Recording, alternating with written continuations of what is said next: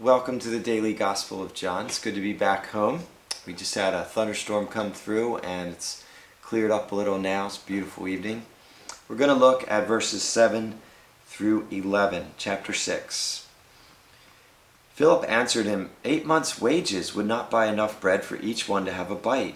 Another of his disciples, Andrew, Simon Peter's brother, spoke up, Here's a boy with 5 small barley loaves and 2 small fish, but how far will they go among so many?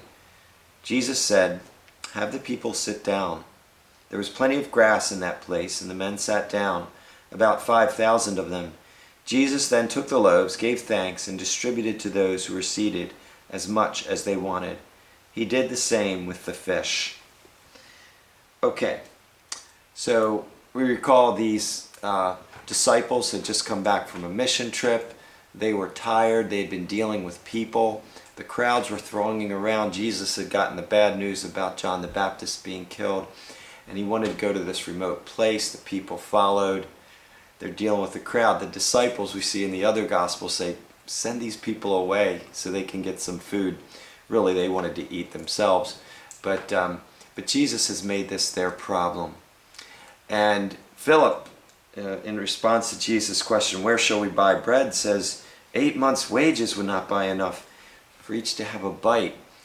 A denarii was a day's wage back then. And so he's saying 200 denarii would not pay enough. Jesus, there's no way here. Andrew sounds a little more hopeful, like, I've seen Jesus do things with wine and some other stuff. So here's a boy with 5 loaves of bread and 2 fish. And apparently this boy was making these available. It's pretty neat.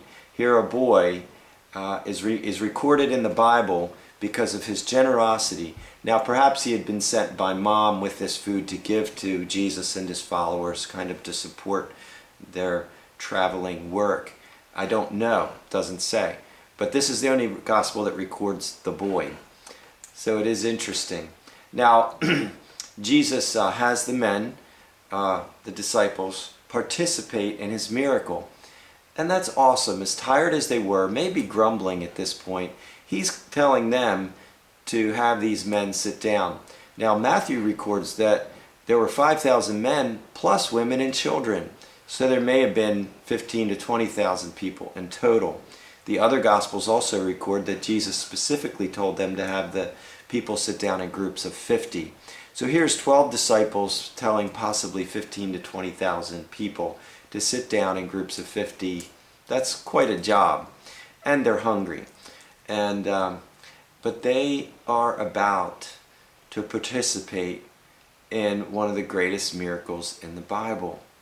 And they might have been tired and hungry and grumbling, but by obeying King Jesus, what they did is participate in something eternally significant. And it's recorded in Scripture. And so that's something to remember. Because sometimes God's going to maybe call us, if we're followers, He might call us to participate in something He's up to. And it might come at a time when it just doesn't feel so darn convenient. And maybe we're tired and feel like we have nothing to give. But as the Scripture says, when we are weak, then He is strong.